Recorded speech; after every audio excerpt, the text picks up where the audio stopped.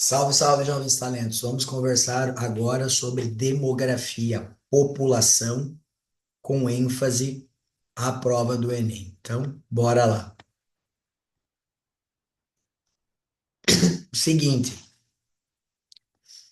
falando de demografia, falando de população, existem duas tendências gerais as quais nós precisamos ter em mente, tá? Primeira tendência, existe um crescimento demográfico menor, tá? As mulheres têm menos filhos, os casais têm menos filhos, né? E por que que isso acontece? Por causa de fenômenos como a urbanização, né? Porque filho na cidade é despesa, filho no campo era mão de obra para trabalhar. Situações ligadas às mudanças no comportamento feminino, né? Mulher no mercado de trabalho, por exemplo, e a melhora nos métodos anticoncepcionais. Outra tendência, além desse crescimento demográfico menor, né? Está associada ao envelhecimento populacional. A maior expectativa de vida, né, junto com as quedas nas taxas de fecundidade e natalidade, geraram essa tendência de envelhecimento. Isso fica bem claro para nós, como o Enem pede, por essa questão, tá? Essa questão ela é bem tranquila, mas ela é muito útil didaticamente para a gente. Ela traz um gráfico da fecundidade no Brasil. Taxa de fecundidade é o número médio de filhos por mulher. E aí você percebe que nos anos 40, 50, 60, estava acima de 6 filhos por mulher e depois caiu, né? Até chegar aí nos anos 2000 com 2010 com 1,9, como a questão mostra, tá? Então, por que que aconteceu isso? Qual que é a consequência demográfica desse fenômeno de redução da taxa de fecundidade que o gráfico mostra? Letra A, decréscimo da população absoluta? Não é. Lembra que a população absoluta é o número total de habitantes, e o número total de habitantes do Brasil segue a crescer, tá? A tendência é que nas próximas décadas ele estabilize e depois decline. Mas dos anos 60 para cá, a nossa população só aumenta, apesar de aumentar num ritmo menor, né? Vou pular a B, depois você vai entender o porquê.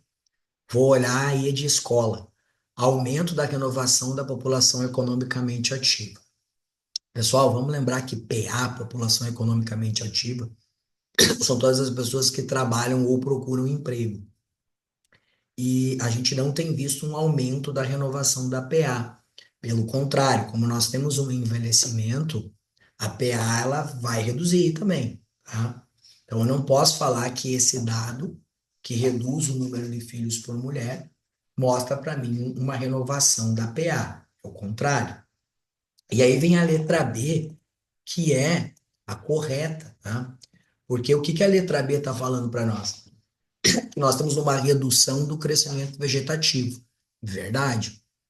Você lembra como é que eu meço o crescimento vegetativo? O crescimento vegetativo é medido pela taxa de natalidade menos a taxa de mortalidade. Crescimento vegetativo, que eu chamo também de crescimento natural ou crescimento vertical. E se há declínio na taxa de fecundidade e na taxa de natalidade, o corolário, a consequência vai ser uma redução do crescimento vegetativo também, tá? Crescimento vegetativo, vertical ou natural. As três expressões são sinônimas para taxa de natalidade menos taxa de mortalidade. Indo além, ó, sobre essa aqui é a URGS, eu vou deixar para uma outra situação, porque lembrando que eu quero falar um pouco mais sobre Enem contigo. E aí, eu quero trazer essas outras duas definições, tá? Nosso foco aqui é revisar. Então, o envelhecimento populacional, nós temos que lembrar de bônus demográfico, ou janela demográfica, né? Que é uma expressão que eu uso para quando eu tenho uma população economicamente ativa maior do que a inativa. O Brasil está no final do seu bônus demográfico, tá? Esse momento de bônus demográfico, como o próprio nome entrega, ele é bom, ele é positivo, tá? Só que o Brasil não soube aproveitar o seu bônus demográfico. O Brasil não teve um crescimento econômico satisfatório nas últimas 3, 4 décadas, tá? Então, a tendência é que o Brasil termine o seu bônus demográfico como um país subdesenvolvido. E nunca na história da humanidade, depois que acabou um bônus demográfico, uma economia de um país fez essa transição de pobre para rica, tá? Então, tem que lembrar isso.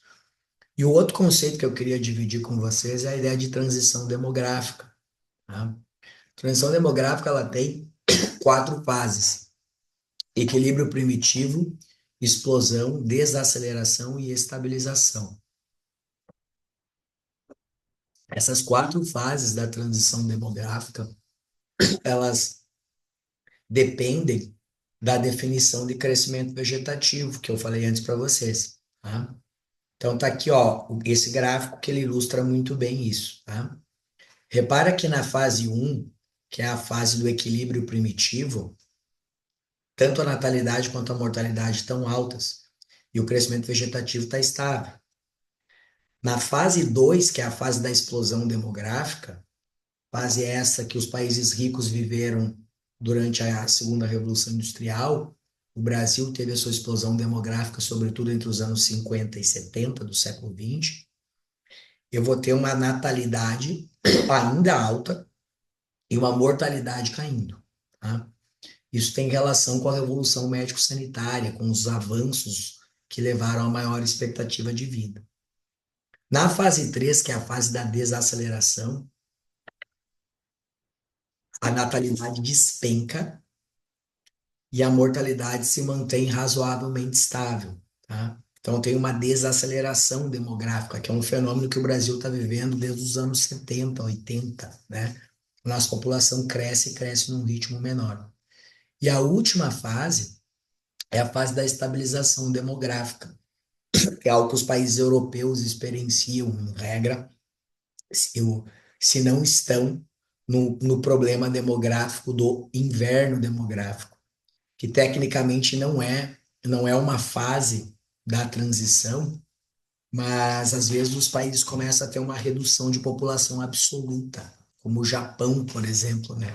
E aí vira um problema mais grave ainda, porque isso tem várias consequências econômicas e sociais. Aí nós temos uma questão do Enem aqui, duas, para arrematar. Tem um texto aí, né? Os países industriais adotaram uma concepção diferente de relações familiares, a preocupação de garantir uma transmissão integral das vantagens econômicas e sociais adquiridas tem como resultado uma ação de limitação do número de nascimentos, ou seja, essa modernidade que fez com que as famílias quisessem que os seus filhos tivessem todas as vantagens econômicas transmitidas, maior instrução, formação, os pais investem tudo no filho, fez com que a natalidade reduzisse, porque não posso ter 10 filhos e querer dar toda a instrução, educação e recursos que eu dou para um, dois hoje em dia. Em resumo, é isso que esse enunciado está falando. Aí, em meados do século XX, o fenômeno social descrito contribuiu para o processo europeu de. Tá?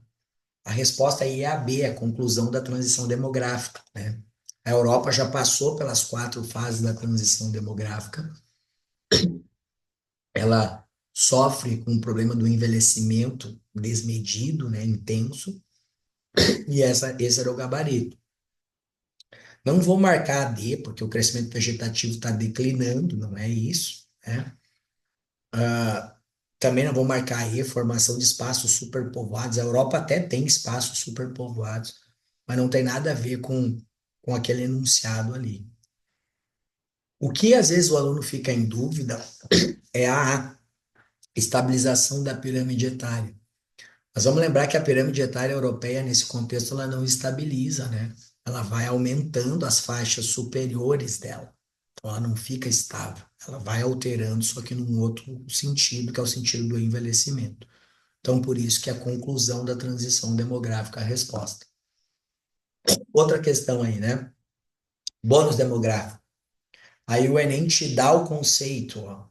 é caracterizado pelo período que, por causa da redução do número de filhos por mulher, a estrutura populacional fica favorável ao crescimento econômico.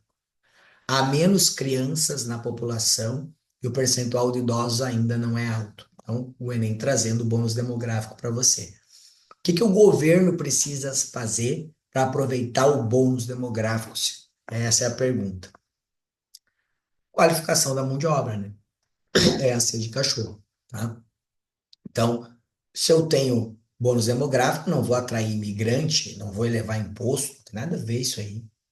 Admitir exilado político, bobagem, vou conceder aposentadoria, como é que isso vai me ajudar?